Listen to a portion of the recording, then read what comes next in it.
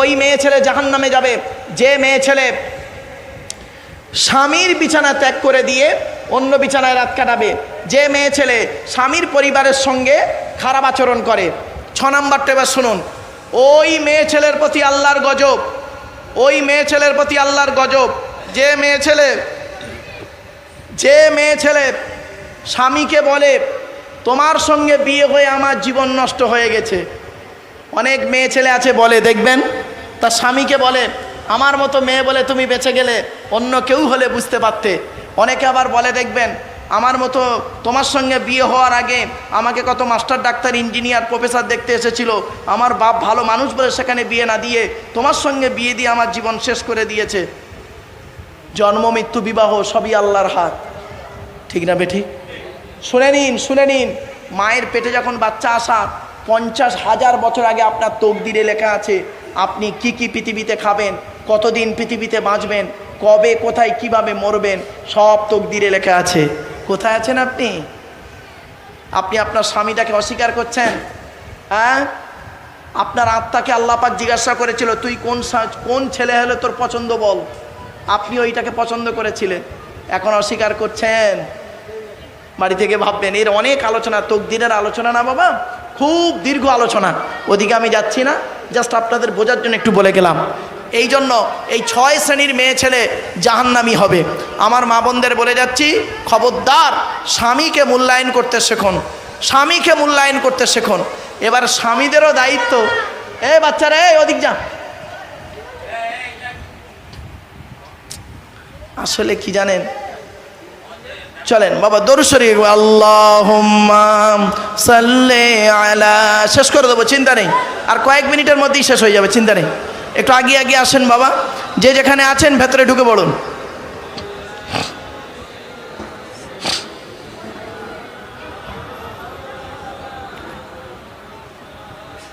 বাবা এই পৃথিবী ছেড়ে যেতে হবে সকলকে, 100%। সংক্ষেপে বলে দিচ্ছি, শুনে নিন। কিয়ামতের মাঠে 2 দিকের প্রশ্ন হবে। কদিকের? 2 দিকের প্রশ্ন হবে।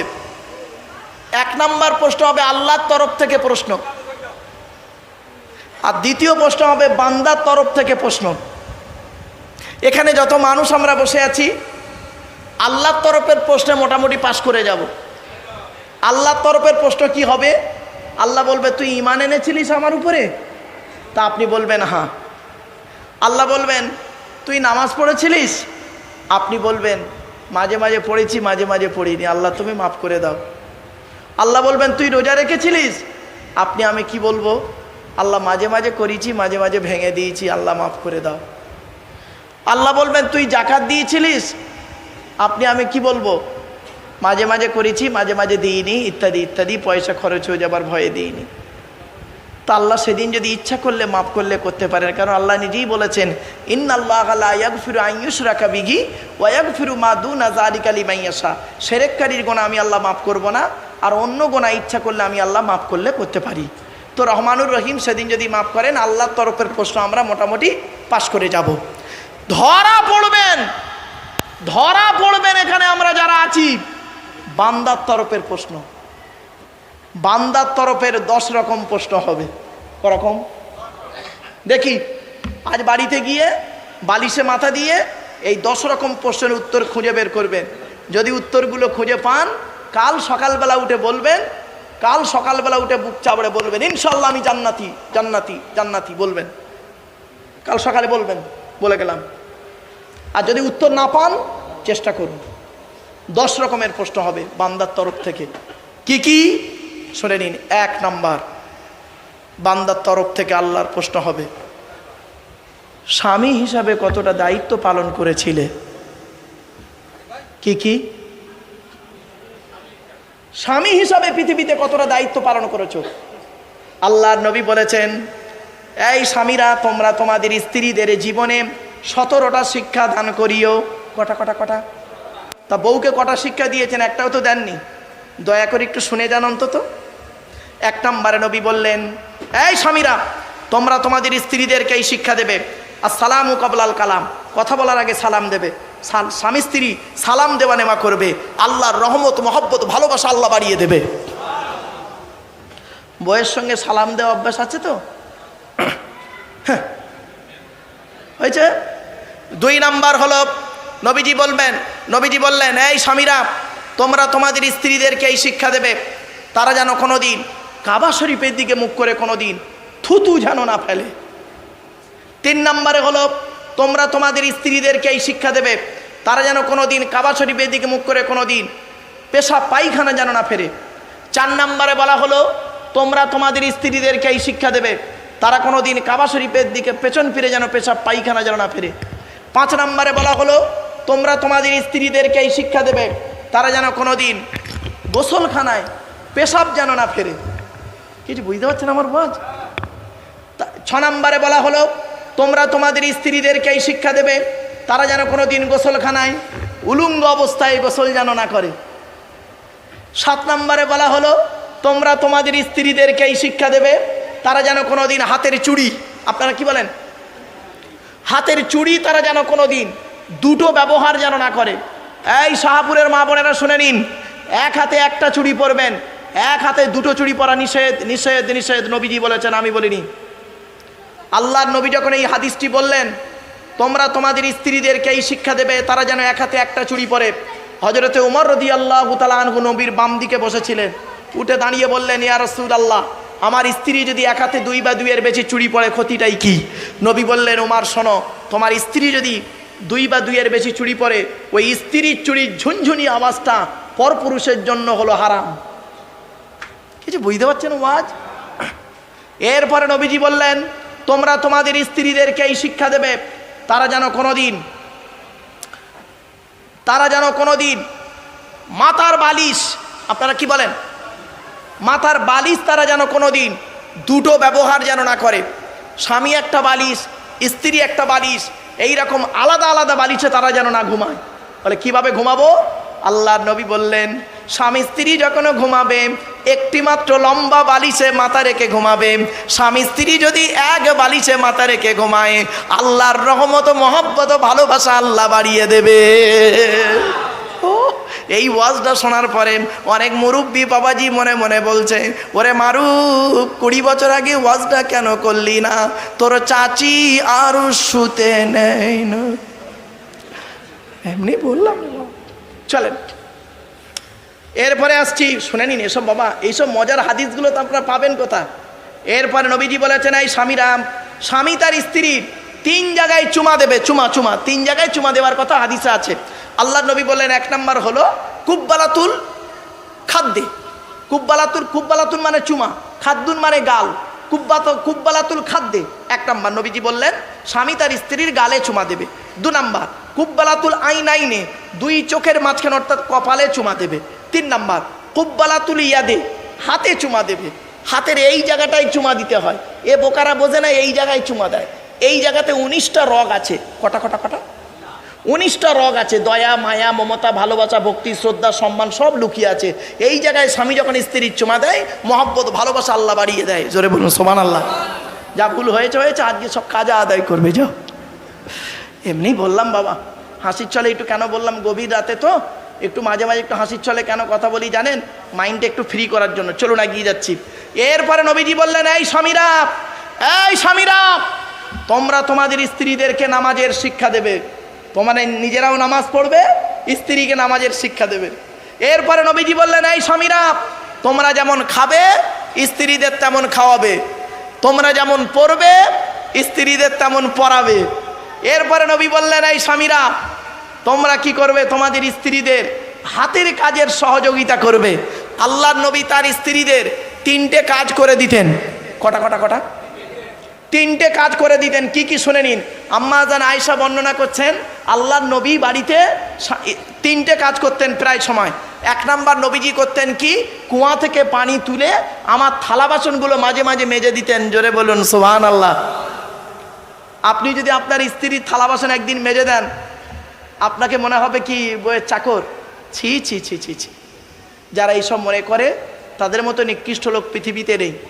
শুনে নিন, স্ত্রীর কাজে সহযোগিতা করা হচ্ছে সুন্নাত, আল্লাহ রসুল করেছেন। শুনে নিন, 1 নম্বর আম্মা জান আয়েশা বলছেন, নবীর স্ত্রী আম্মা জান আয়েশা বলছেন, 1 নম্বর নবীজি আমার করতেন কি, মাঝে মাঝে থালা বাসনগুলো মেজে দিতেন। 2 নাম্বার নবীজি করতেন কি, ঝাঁটাখানা নিয়ে, ঝাঁটা নিয়ে নবীজি মাঝে মাঝে ঘর বারান্দা মাঝে মাঝে ঝাঁটও দিয়ে দিতেন, জোরে বলুন।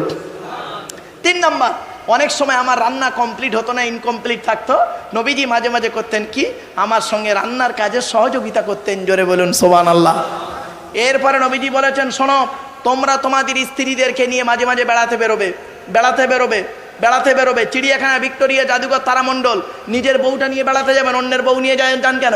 হ্যাঁ, তবে একটা কথা বলে যাচ্ছি, শুনে নিন। নিজের বউ নিয়ে বেড়াতে গেলে আর অন্যের বউ নিয়ে বেড়াতে গেলে পার্থক্য কি শুনে নিন। আপনি লোকটার মুখের দিকে তাকালেই বুঝতে পারবেন। নিজের বউ নিয়ে যখন বেড়াতে যাবেন তখন কোনো টেনশন থাকবে না, ফ্রি মাইন্ডে বেড়াবে। আর পরের বউ নিয়ে বেড়াতে গেলে কিরকম করবে জানেন? আমার মুখের দিকে তাকান, সব আমার মুখের দিকে তাকান, খালি এমন করবে, চোরের মতো খালি করবে, জানবেন বউটাও নিজের না, অন্যের বউ। এজন্য বাবা, নিজের বউকে মূল্যায়ন করুন। আল্লাহ রসুল বলেছেন, শোনো, নিজের স্ত্রীকে ভালোবাসো, পরের স্ত্রীর দিকে তাকাইও না, নিজের স্ত্রীকে ভালোবাসো। আল্লাহ পাক তোমার মানে তকদিরে যে স্ত্রী দিয়েছে, অতি উত্তম স্ত্রী দিয়েছে, তুমি তার প্রতি ভক্তি ভালোবাসা রাখো, তার সঙ্গে বিশ্বাসঘাতকতা করো না, তার সঙ্গে বিশ্বাসটা রাখো, আল্লাহ খুশি হয়ে যাবে, জোরে বলুন সুবহানাল্লাহ। আপনারা কি নেবেন বলুন কোরআন থেকে? কি নেবেন? সবই রয়েছে কোরআনের ভিতরে। ভৌত বিজ্ঞান নেবেন, কোরআনে আছে। জীবন বিজ্ঞান নেবেন, কোরআনে আছে। জিওগ্রাফি নেবেন, ভূগোল নেবেন, কোরআনে আছে। আর্থি লাইফ, আফটার লাইফ, ইহকাল, পরকাল, রাজনৈতিক জীবন, পারিবারিক জীবন, সাংসারিক জীবন, সবই রয়েছে কোরআনের ভিতরে, ডাইরেক্ট ইনডাইরেক্ট। এটা কোথায় আছে? দলিলটা বলে দিচ্ছি। ওয়ালাকাদ সাররাফনা ফি হাযাল কুরআনি লিন-নাস মিন কুল্লি মাসাল ওয়া কানাল ইনসানু আকসারা শাইইন জাদালা। এই আয়াতটা কোথায় আছে? 15 নম্বর পারার 18 নম্বর পৃষ্ঠার একেবারে 14 নম্বর লাইন, সূরার নাম সূরায়ে কাহাফ। আল্লাহ বলছেন, আমি এই কোরআনের ভিতরে মানুষের জন্য সমস্ত জিনিসের বর্ণনা উদাহরণ সহ বলে দিয়েছি। বেশিরভাগ মানুষ এই কোরআন বোঝে না, না বুঝে নিজেদের মধ্যে শুধু মারামারিই করে, ঠিক না বেটি? আমরা কোরআনের অর্থ তো ভালো বুঝি না, না বুঝে খালি এ ওর বলে কাফের, ওর বলে কাফের। খবরদার নয় বাপ, অনুরোধ করে বলে যাচ্ছি। চলুন, আজকে আমি তো আপনাদের এখানেই প্রথম এসেছি, আল্লাহ পাক আনিয়েছেন, তো আমার বাপেরা একটু আমার সঙ্গে কোঅপারেট করুন। আর আমি আপনাদের কাছে অনুরোধ করছি, আপনারা আমার কথাগুলোকে নিয়ে মূল্যায়ন করবেন, আমার বলা নিয়ে মূল্যায়ন করবেন, গলা নিয়ে মূল্যায়ন করবেন না। আমার ভাষা বুঝতে পারছেন? আমি কি বলছি সেটা নিয়ে মূল্যায়ন করবেন। আমার গলার ভলিউমটা বেশি না জোরে, না টান দিয়ে বলছি, না টেনে টেনে বলছি, না কেটে কেটে বলছি, এটা নিয়ে বিচার করবেন না। আমার গলা নিয়ে বিচার করবেন না, আমার বলা নিয়ে বিচার করুন, এটা অনুরোধ করছি বাবা আমার। চলেন এগিয়ে যাচ্ছি একটা একটা করে। এই কোরআনকে নিয়ে সারা বিশ্ব গবেষণা করছে। America, London, France, Britain, Japan, Jordan, জার্মানির ঠান্ডা করে বসে বসে কোরআনকে নিয়ে গবেষণা করছে। কারা করেছে? Humphry Davy, Michael Faraday, Einstein, Isaac Newton, doctor Maurice Bucaille, mister Cook, mister Jabiri, mister Campbell, Raja Rammohan Roy, Ishwarchandra Vidyasagar, Rabindranath Tagore, Acharya Jagadishchandra Bose, Francis Drake, Williams কিতমুর, Williams Harvey, Thomas, George Bernard, এরা কোরআনকে নিয়ে গবেষণা করলো। আমরা কিছু মৌলবী সাহেব কি করলাম? এই কোরআনের কিছু আয়াত নিয়ে কিছু মৌলবী আমরা কি করলাম? ঠিক সঠিক মূল্যায়ন না করতে পেরে কি করলাম? ওর বলে কাফের, ওর বলে কাফের, ঠিক না বে ঠিক? খবরদার নয় বাবা, অনুরোধ করে বলে যাচ্ছি, আপনি যাকে কাফের বলছেন, সত্যিকারের যদি সে কাফের না হয়, বলনেওয়ালা নিজে কাফের। খবরদার নয়। আমি আজ আপনাদেরকে অনুরোধ করছি, আলোচনার শুরুতেই আপনাদের কাছে আমার বলার সুযোগটুকু দিন বাবা। চলেন একটা একটা করে টু দি পয়েন্টের উপরে বলে যাচ্ছি। وقال الله تعالى في كلام المجيد والفرقان الحميد إن الله وملائكته يصلون على النبي يا أيها الذين آمنوا صلوا عليه وسلموا تسليما। দরুদ শরীফ। আল্লাহুম্মা সাল্লি আলা সাইয়্যিদিনা মাওলানা মুহাম্মদ ওয়া আলা আলি সাইয়্যিদিনা মাওলানা মুহাম্মদ। আচ্ছা বাবা, আমি দরুদ শরীফের কেটে কেটে বললাম কেন জানেন? শুনে নিন। দরুদ শরীফের মধ্যে একটা ভুল বলি আমরা। কি ভুল? আল্লাহুম্মা সাল্লি আলা সাইয়্যিদিনা মাওলানা মুহাম্মদ ওয়ালা আলে। হা বাবা, ওয়ালা আলে বলে কোনো শব্দ নেই। ওয়ালা আলে বললে নফির মানে হবে, নেগেটিভের মানে হবে, নাবাচকের মানে হবে, উল্টে গোনা হবে। আছে এটা কি? ও আলা আলী। কি বললাম বাবা? ও আলা আলী। আলাটা হলে ইংরাজিতে বলে প্রিপোজিশন, বাংলায় বলে অব্যয়, আরবিতে বলে হরফে জাররা। দরুদ শরীফটা একটু ঠিক করে নিন। চলেন। আল্লাহুম্মা সাল্লি আলা সাইয়্যিদিনা মাওলানা মুহাম্মদ ওয়া আলা আলি সাইয়্যিদিনা মাওলানা মুহাম্মদ। বাপেরা, একবার ওই দরুদটা একটু দয়া করে পড়তে পারবেন? যে দরুদটা আমরা নামাজের মধ্যে পড়ি, একটু দয়া করে পড়েন না। আল্লাহুম্মা সাল্লি আলা মুহাম্মাদিন ওয়া আলা আলি মুহাম্মদ কামা সাল্লাইতা আলা ইব্রাহিম ওয়া আলা আলি ইব্রাহিম ইন্নাকা হামিদুম মাজিদ। আল্লাহুম্মা বারিক আলা মুহাম্মদ ওয়া আলা আলি মুহাম্মদ কামা বারাকতা আলা ইব্রাহিম ওয়া আলা আলি ইব্রাহিম ইন্নাকা হামিদুম মাজিদ। আচ্ছা, দরুদ শরীফ পড়লেন কেন? চলো হাদিসটা জেনে নিই, কোরআনের দলিলটা নিই। পবিত্র কোরআনের 22 নম্বর পারার 5 নম্বর পৃষ্ঠা 6 নম্বর লাইন, সূরার নাম সূরা আহজাব, আয়াত নম্বর 56, আল কোরআন। আল্লাহ বলেন, নিশ্চয়ই আল্লাহ রাব্বুল আলামিন নবী মুহাম্মদ সাল্লাল্লাহু আলাইহি ওয়াসাল্লামের উপরে রহমত বর্ষণ করেন এবং মালাইকা ফেরেশতারা নবীর জন্য মাগফিরাত তলব করেন। ইয়া আইয়ুহাল্লাযীনা আমানু, হে ঈমানদার বান্দাগণ, সাল্লু আলাইহি, তোমরা নবী মুহাম্মদ সাল্লাল্লাহু আলাইহি ওয়াসাল্লামের উপরে দরুদ পেশ করো, ওয়াসাল্লিমু তাসলিমা, এবং নবীর প্রতি আন্তরিকতার সঙ্গে সালাম প্রেরণ করো। এই আয়াতটা হলো আয়াতে মুতলাক, সেন্টেন্স বা জুমলাটা হলো মফউলে মুতলাক, বাবে তাফঈলের মাজদার। বাপেরা একটু মাথায় রাখুন, নবীর উপরে দরুদ পড়লেন কেন? আল্লাহ রসুল বলেছেন, মান সাল্লা আলাইহি ওয়াহিদাতান সাল্লাল্লাহু আলাইহি আশারা। আল্লাহ নবী বলেছেন, যে ব্যক্তি আমার উপরে একবার দরুদ শরীফ পড়বে, আল্লাহ রাব্বুল আলামিন তার নামায় আমুল্লামাই 10টা নেকি লিখে দেবে। তাহলে এমনি এমনি পড়লাম না। আরেকটা হাদিস। আচ্ছা, জলসা কেন দেন আপনারা? জলসা দেওয়ার উদ্দেশ্য হলো 3টে। কটা কটা কটা কটা আমার সঙ্গে কথা বলতে হবে। কটা? জলসা দেওয়ার উদ্দেশ্য হলো 3টে। কি কি? 1 নাম্বার, অজানাকে জানা। কি বললাম? আচ্ছা, কি অজানা জানা? একটু ধৈর্যের পরিচয় দিন, নিজেরাই বুঝতে পারবেন এখানে যে সত্যি এই জিনিসটা আমার অজানা ছিল, একটু জেনে নিলাম। 1 নাম্বার। 2 নাম্বার হলো ভুল সংশোধন করা। কি বললাম বাবা? কি ভুল সংশোধন হবে? একটু ধৈর্যের পরিচয় দিন, নিজেরাই বুঝতে পারবেন যে কি ভুল সংশোধনটা হচ্ছে। 3 নাম্বার, কিছু পরামর্শ নিয়ে নেওয়া। কি পরামর্শ দেব? আমি নিজের থেকে কোনো পরামর্শ দেব না আজকের আপনাদেরকে। এই আল্লাহর বিধান according to Islamic law, not only according to Indian law, according to Islamic law, একটা সংবিধানের কিতাব। এই কিতাব থেকে আমি আপনাদেরকে পরামর্শ দেব, আর বিশ্বনবী মুহাম্মদ সাল্লাল্লাহু আলাইহি ওয়াসাল্লামের হাদিস থেকে কিছু পরামর্শ দেব। সেই পরামর্শ মোতাবেক যদি আপনি এবং আমি চলতে পারি, দুনিয়াতে শান্তিতে থাকতে পারবো, আশা করা যায় ইনশাআল্লাহ পরকালে জান্নাত পাবো। এই কারণে জলসা দেওয়া হয়। আর একটা কথা আপনাদের বলছি বাবা, শুনে নিন। আপনারা যখনই জলসা দেবেন, 3টে জিনিসকে ঠিক রাখবেন। কটা কটা কটা? 3টে জিনিস ঠিক রাখবেন। কি কি? 1 নাম্বার, বক্তা। কি বললাম? বক্তা। 2 নাম্বার, কমিটি। কি বললাম? কমিটি। 3 নাম্বার, শ্রোতা। এবার একটু ভেঙে দিই। বক্তার কি দেখবেন? বক্তার 2টো জিনিস দেখবেন। 1 নাম্বার দেখবেন বক্তাটি সত্যিকারের আলেম কিনা, শিক্ষিত মানুষ কিনা, সত্যিকারের আলেম কিনা। ভাষাটা আমার বুঝতে পারছেন? হ্যাঁ, সত্যিকারের বক্তাটা আলেম কিনা। আর 2 নাম্বার দেখবেন বক্তাটি শুধু আলেম হলে হবে না, বক্তাটি আমল আছে কিনা। বক্তাটা 5 ওয়াক্ত নামাজ পড়ে কিনা, বক্তাটা রমজান মাসে রোজা রাখে কিনা, বক্তাটা তার বাম্মার ভাত দেয় ঠিক মতো কিনা, বক্তা তার ভাই বোনের হকটা আদায় করে কিনা, বক্তাটা নিজে রমজান মাসে রোজা রাখে তো বক্তাটার চরিত্রটা ঠিক আছে কিনা। বাস্তব কথা বললাম বাপ, বাস্তব কথা বললাম, আমারে ভুল বুঝবেন না, একটু ধৈর্যের পরিচয় দিন, আমি আপনাদের একটা একটা করে খুলে খুলে বলে দিচ্ছি।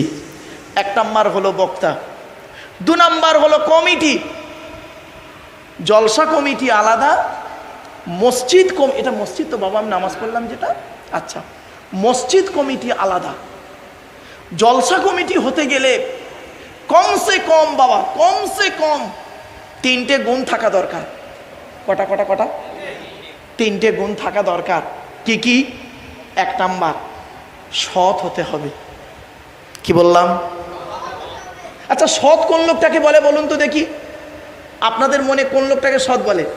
যার গালে দাড়ি আছে, মাথায় টুপি আছে, 6 বার হজ করেছে, কোরআনের আয়াত বলে, হাদিস বলে, নামের পরে ডিগ্রি আছে, তাহাজ্জুদের নামাজ পড়ে না। আল্লাহর নবী বলছেন সৎকে, শুনে নিন। আল্লাহর নবীর কাছে একদিন সাহাবীরা বলছেন, ইয়া রাসূলুল্লাহ আপনি আমাদেরকে একটু নসিহত করুন। নবীজি বলছেন, তোমরা আমাকে 2টো জিনিসের গ্যারান্টি দিতে পারবে? কটা কটা কটা? তোমরা আমাকে 2টো জিনিসের গ্যারান্টি দিতে পারবে?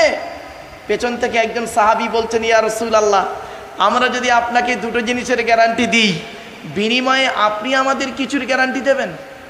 তো নবীজি বললেন, হ্যাঁ হ্যাঁ, তোমরা যদি আমাকে 2টো জিনিসের গ্যারান্টি দাও, আমি তোমাদের জান্নাতের গ্যারান্টি দিয়ে দেবো। সাহাবীরা বললেন, বলুন বলুন কি 2টো জিনিস চান? হাদিসটা শুনুন, বুখারীর হাদিস, আমার বাবার কথা নয় বাবা। নবীজি বললেন, তোমরা আমাকে 2টো জিনিসের গ্যারান্টি দাও। এই গ্রামটার নাম কি বাপ? শাহপুরের মানুষ। বাবাজিদেরকে বলছি, আপনারা আমাকে 2টো জিনিসের গ্যারান্টি দিন। 1500 বছর আগে আমার রাসূল যে কথা বলেছেন, আমি সেটা অনুবাদ করে বাংলায় বলছি। নবী বললেন, তোমরা আমাকে 2টো জিনিসের গ্যারান্টি দাও। 1 নাম্বার হলো 2 ঠোঁটের মাঝখানে, এই জিভের গ্যারান্টি দাও। হারাম খাবার খাওয়া থেকে জিভটাকে ঠিক করো, বাজে ভাষা বলা থেকে জিভটাকে ঠিক করো, পরনিন্দা পরচর্চা করা থেকে জিভটাকে ঠিক করো। 1 নাম্বার এই জিভের গ্যারান্টি দাও 2 ঠোঁটের মাঝখানে। আর 2 নাম্বার 2 রানের বীজখানে, ভাষা বুঝতে পেরেছেন? 2 রানের বীজখানে, লজ্জাস্থানের গ্যারান্টি দাও। 2 ঠোঁটের মাঝখানে, 2 রানের বীজখানে, এই 2টো জিনিসের গ্যারান্টি তোমরা আমাকে দাও, আমি মুহাম্মদ সাল্লাল্লাহু আলাইহি ওয়াসাল্লাম তোমাদের জান্নাতের গ্যারান্টি দিয়ে দেবো। যান এবারে বাড়ি চলে যান আপনারা, যার বাড়ি যাওয়ার দরকার হবে চলে যেতে পারেন, আমার ওয়াজ শেষ। বাড়িতে গিয়ে দেখবেন হয় ভদ্রলোকের নিচে খারাপ, নয় ভদ্রলোকের উপর খারাপ। যার দুটোই খারাপ ও জাহান্নামী। ও যত বড় পীর সাহেব, মনি সাহেব, মুফতি সাহেব, বক্তা সাহেব হোক না কেন, যার দুটোই ভালো, ও একজন টোটোওয়ালা হলো জান্নাতি জান্নাতি জান্নাতি। আমার বাপেরা চলুন, এই জন্য নবীজি বললেন, the messenger of Allah peace be upon him said, the best among are you those with good manner. নবী বলেন, তোমাদের মধ্যে উত্তম ব্যক্তি ওই লোকটা যার ক্যারেক্টার, চরিত্র ভালো, ওই লোকটাই হলো উত্তম ব্যক্তি।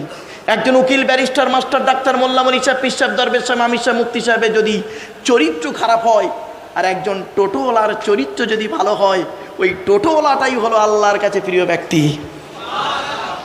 Many loss is something loss. Health loss is nothing loss, but character loss is everything loss. মানুষের যদি টাকা চলে যায়, ইনকাম করলে টাকাটা আবার ফিরে আসবে। মানুষের যদি শরীর চলে যায়, ভালো মন্দ খেলে শরীরটাও ফিরে আসবে।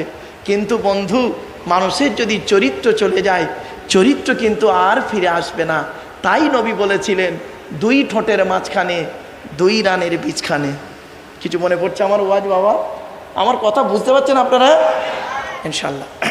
বাপেরা বুঝতে না পারলে বলবেন, আল্লাহর নবী ওয়াজ করতেন, আমরাও ওয়াজ করি, পার্থক্যটা কি জানেন? আচ্ছা, নবীজি ওয়াজ করতেন, তার দলিল কি শুনে নিন। বুখারীতেও আছে আর মেশকাতেও হাদিসটা আছে। রাবীর নামকে আব্দুল্লাহ ইবনে মাসউদ রাদিয়াল্লাহু তাআলা আনহু বর্ণনা করছেন, আল্লাহর নবী ওয়াজ করতেন। কবে ওয়াজ করতেন? বৃহস্পতিবার দিনগত রাতে এশার নামাজের পরে সাহাবীদেরকে নিয়ে গায়ে গায়ে বসে নবীজি ওয়াজ করে শোনাতেন। জোরে বলুন। তাহলে ওয়াজের উত্তম রাতে, উত্তম দিনটা কবে? আজকের কি রাত? এবার কিছু বুঝতে পারছেন? তাহলে নবীর হাদিসটা আমল কেমন করছেন আপনারা? বৃহস্পতিবার দিনগত রাতে নবীজি কখন ওয়াজ করতেন? বলুন। এশার নামাজের পর। আপনাদের মসজিদে এশার নামাজ হয়ে গেছে, তারপরে বক্তব্য শুরু হয়েছে। নবীজি কিভাবে ওয়াজ করতেন? সাহাবীদেরকে কিভাবে বসাতেন? গায়ে গায়ে। এইটাই পার্থক্য হয়ে গেছি। আমার বাপেরা একটু আগে আসেন, আমার বাপেরা একটু আগে আসেন, বাবাজিরা একটু আগে গায়ে বসেন। আমার উচিত হয় না এতটা উঁচুতে বসা। আমি যদি এই নিচেটায় বসতাম ভালো হতো না? নিচেটা একটু, এই টেবিলটা নিয়ে নিচে যাব। হ্যাঁ বাবা, ও বাবা একটু গায়ে বসে ভালো হয়। চলো, তাহলে নবীজি ওয়াজ করতেন, হাদিসটা বলে দিলাম আপনাদের, এটা মাথায় রাখুন। এবার আসছি, তাহলে 1 নাম্বার হলো জলসা কমিটি হতে গেলে কটা গুণ লাগবে? কটা? 3টে। 1 নাম্বার হলো সৎ হতে হবে। 2 নাম্বার হলো জলসা কমিটি হতে গেলে হালাল খাবার খেতে হবে। রাগ করবেন না, হালাল খাবার খেতে হবে।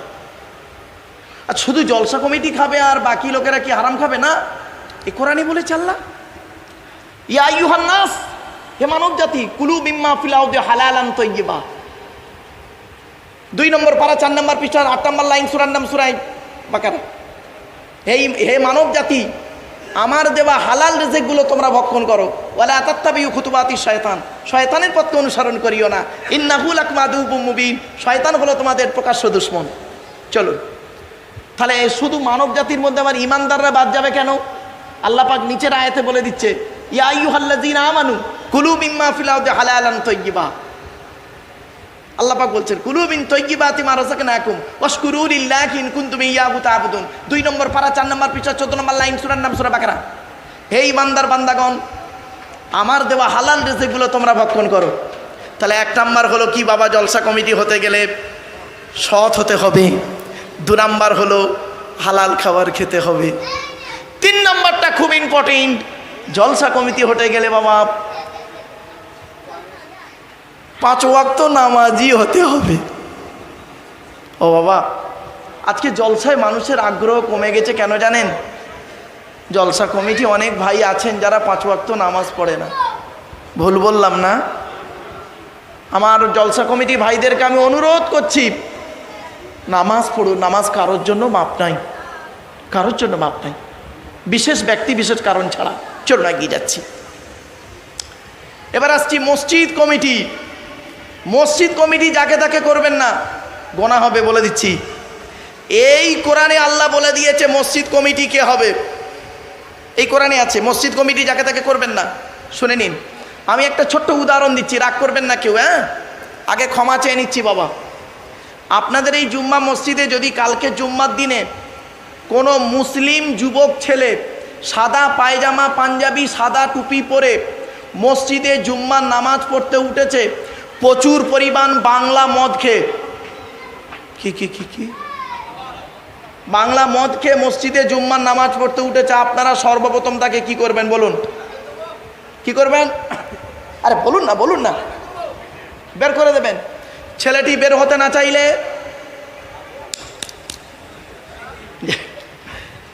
মারধর করে বের করে দেবেন। বাবা, আমার ওয়াজ শুনতে গেলে একটু বেরেন লাগবে। কলেজ ইউনিভার্সিটির ছেলে মেয়ে পড়াই গো বাবা, এমনি কথাটা বলছি না, এর মধ্যে কিছু রহস্য আছে, মনে রাখবেন। ছেলেটার অপরাধ কি? মদ হারাম খাবার, মসজিদ পবিত্র স্থান, হারাম খাবারকে পবিত্র স্থানে উঠেছে, তাই তাকে বের করে দিলেন। বের হতে চাইল না, মেরে বের করে দিলেন। কত ভালো মানুষ আপনারা, শাহপুরের মানুষ। এ মুসলমান, মদখোরকে মসজিদ থেকে মেরে বের করে দিলে, আর সুদখোরটাকে মসজিদের সেক্রেটারি বানিয়ে দিলে। আর বুঝতে পারেনি রে, আমরা এমন মানুষ না, আমরা এমন মানুষ নিজের পাপের বাটখারা দিয়ে অন্যের পাপ ওজন করি। আমার ভাষা বুঝতে পারছেন? নিজের পাপের বাটখারা দিয়ে, মানে পাপ করে 1 কেজির একটা বাটখারা করে ফেলেছি, আমার নিজের পাপের বাটখারা দিয়ে অন্যের পাপ ওজন করছি। আমরা এমন মানুষ না। দুদলাকে বলি এই দুধে পানি দিসনি তো, আর মদে পানি ঢেলে খায়।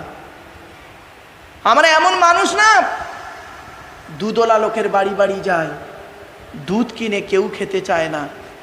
মদওয়ালা দোকান দিয়ে হিঙ্গলগঞ্জে বসে আছে, মোটর সাইকেলে তেল পুড়িয়ে মদ কিনে খেয়ে হাজি সাহেবের বেটা রোজার মাসে মদ কিনে খেয়ে লকাবে চুপ মেরে বসে আছে। আমরা এমন মানুষ না,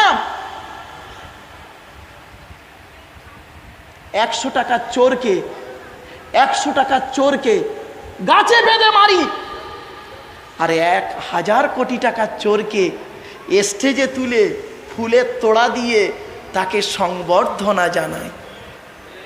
ঠিক না বে ঠিক? আমরা এমন মানুষ, চালনি বোঝেন? চালনি, চালনি